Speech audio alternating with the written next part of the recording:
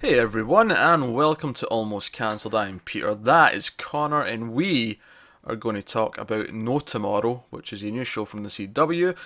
Season 1, Episode 1, of course, it is just pilot, no title. And as always with these new shows, with the Episode 1s, we will start off spoiler free to give you a sense if it's any good or not before you, decide to go and watch it if you don't want to get everything spoiled for you. So the premise of this one is that a woman named Evie runs into a guy named Xavier who believes the world is going to end in 8 months, which had been neatly around the time the season ends, should it get the full 22 episode order. Just. Yeah, very nice and convenient, that isn't it? Yeah. I like those little touches. I like when that's thing's up nicely. Because the thing is, 8 months and 14 days, I bet and I that's the day kind of of the want to count finale. exactly Yeah. when the yeah.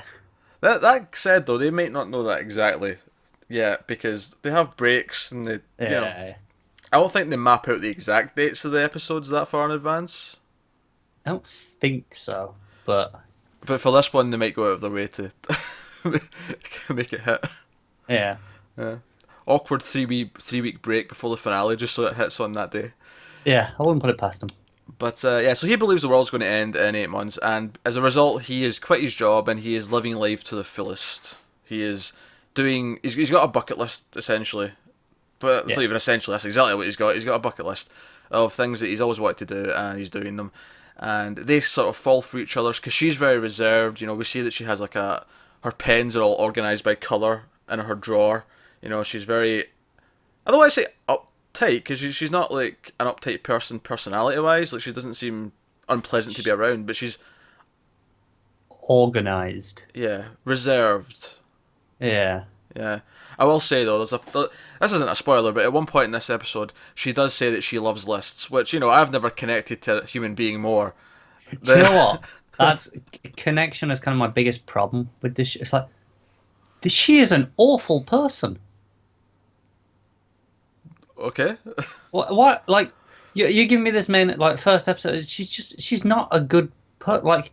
There's two ways of doing that. Like if there's the Scream Queens route where they're awful people, but you relish them being awful, or they're supposed to be a relatively decent person that you can connect to. This is just she's just an awful person. Why am I supposed to care? I feel like we can't talk about this properly till No, I spoilers. know, but just in general, like what? Yeah, but I know, but I can't ask you why you think she's awful until we get to Yeah, spoilers. but So, that's what I'm just saying. I think she is an awful person.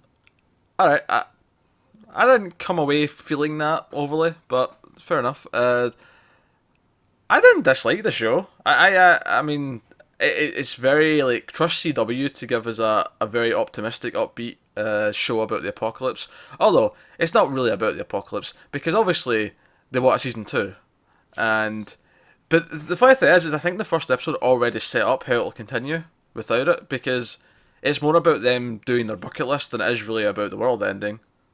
Yeah, In fact, because I can almost see the season 2 like arc being that he now knowing the world's not ended is like, oh balls, I have to actually get a job again and actually try and sort my life out, and to some extent whilst still working off the bucket list with her because that's the premise of the show. yeah. It struck me very immediately as that. So it kind of reminds me of with I think it's the whole list thing.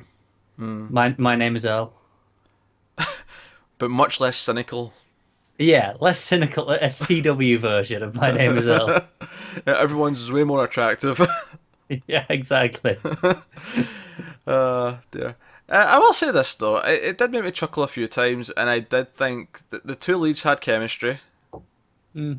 and there was, it was charming enough. It kind of falls into this category for me where, like, had this been on another night, I probably would have been game to give it a few more episodes.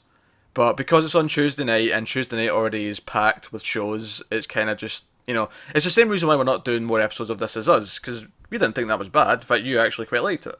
But I liked it more than this, I can tell you that. that's fair enough. I don't know, it depends. I think they're both very different in a They are weird way. different. But I was willing to watch more of that. I'm willing to watch more of this, but Tuesday nights are just so, Not on a Tuesday night. just not on a Tuesday night because Tuesday nights are so packed. Flash, Shield, Scream Queens. It looks like we're going to be keeping Channel Zero when that starts in Sci-Fi next week.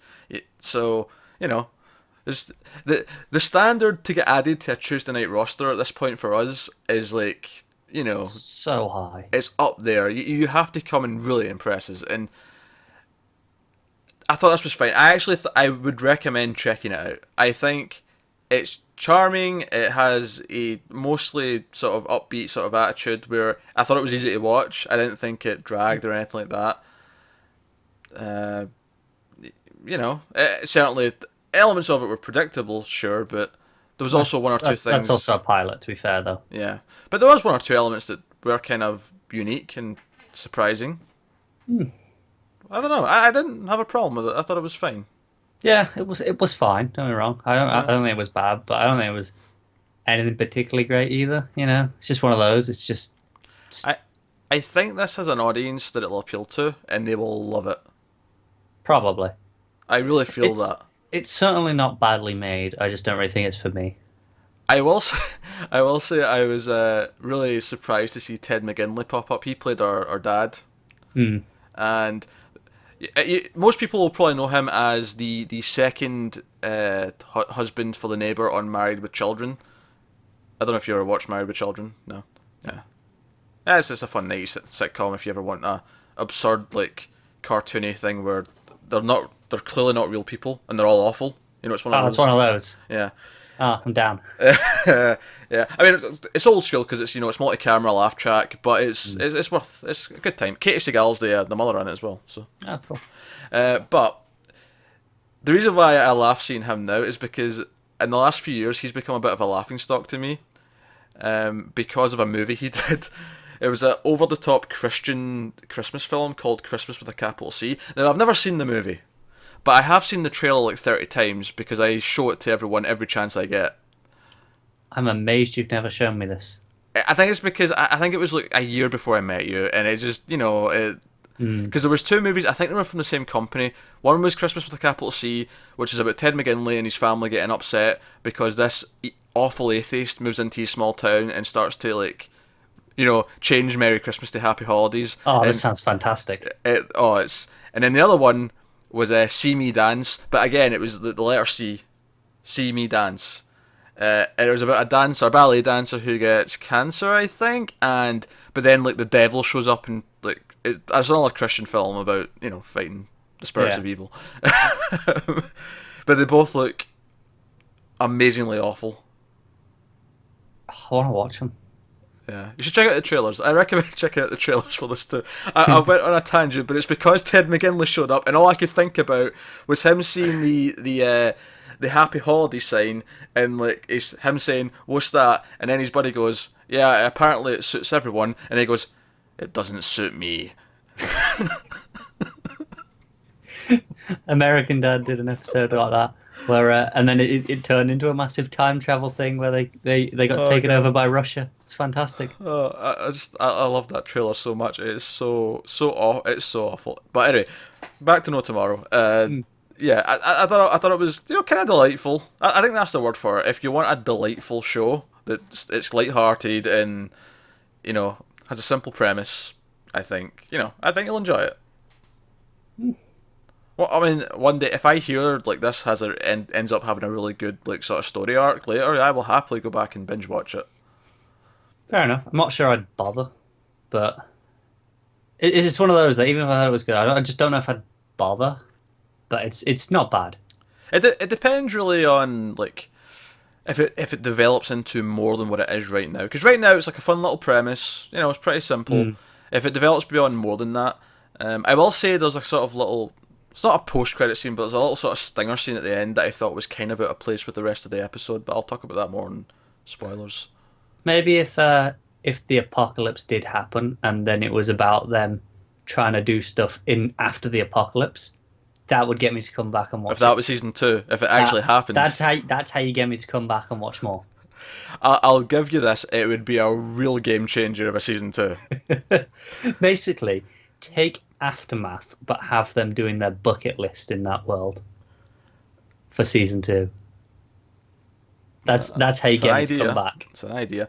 All right, so I think we'll go into some spoilers then, just to talk about some specifics about things, maybe jokes and whatever. So spoilers from this point on for No Tomorrow. I think for me there's some jokes that worked. I liked the evil boss lady having a crush on I think Hank's the name of our friend at Yeah. work, and he's oblivious to it because it came out of nowhere. Like that was kind of amusing. I liked the pogo stick turning out to like reveal that she has a heart condition. Mm. I don't know. I thought that was funny. I don't know. None of these really did much for me. Those Sure. things. Okay. Um. But There yeah. was a couple of chuckles I got. I'm trying to remember them now though. Like I don't think I had as many funny moments as you. It doesn't sound like it now. No, because those two kind of just I think straight past me. when I say I liked the pogo bit though, it was more like there wasn't one moment of the pogo thing where I actually laughed. It was just I liked the overall idea of it. Fair enough. Like the pogo stick like falling off a pogo stick like an idiot led to finding out she had a heart condition. Yeah. But I get, like I said, I just don't think it's for me that much, like, because those things just didn't do anything for me. it's just too optimistic for you. You're far too cynical. I think that might be true. There was a few chuckles. I'm trying to remember them. I really can't, like, because there wasn't that many for me. How about the guy proposing that he puts on the knee pad to? No, nothing. I didn't necessarily laugh at that, but I got what they were doing. He was the opposite of the live free guy. He was. Yeah, I got it, but it's a lot of this I find I'm quite apathetic towards almost because it was like it's fine, it's well made, and I get why people would like it. It's just not for me. Yeah, yeah, it is well made. It doesn't feel like some half-assed show. Yeah, there's clearly people who know what they're doing this. It's just doesn't appeal to me personally. Yeah, okay. I can't really argue. Actually, what were the moments that made you think she was a horrible person? I'm curious. Well, just the idea that she's fixated on this guy. Like, we don't even know that she has like a boyfriend at first, while she's like fixating on this guy. Hey, to quote Ross, they are on a break.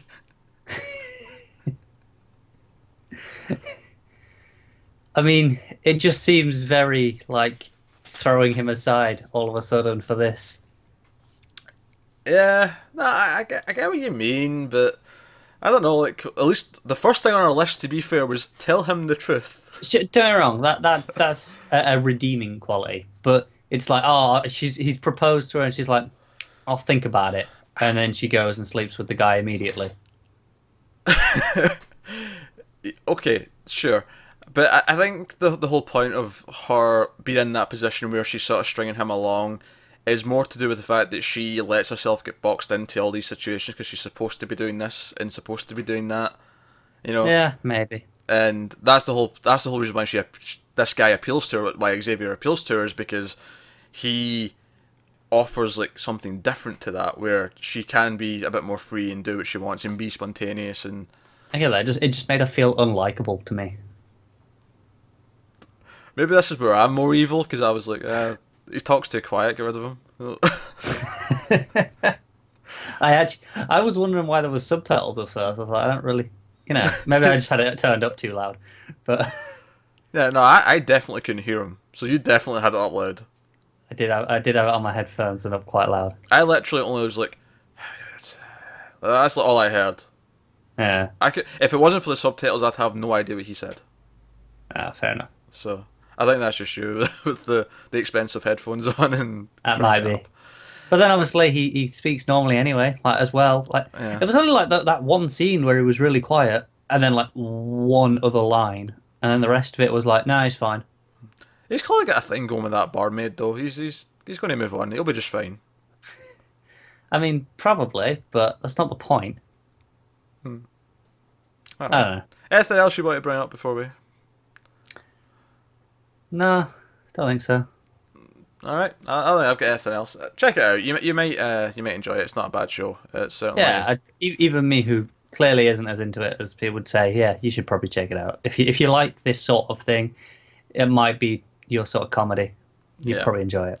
As I say though, our Tuesday nights are packed, so we will not be continuing reviewing this show, but hopefully our thoughts on the pilot will have steered you in the right direction.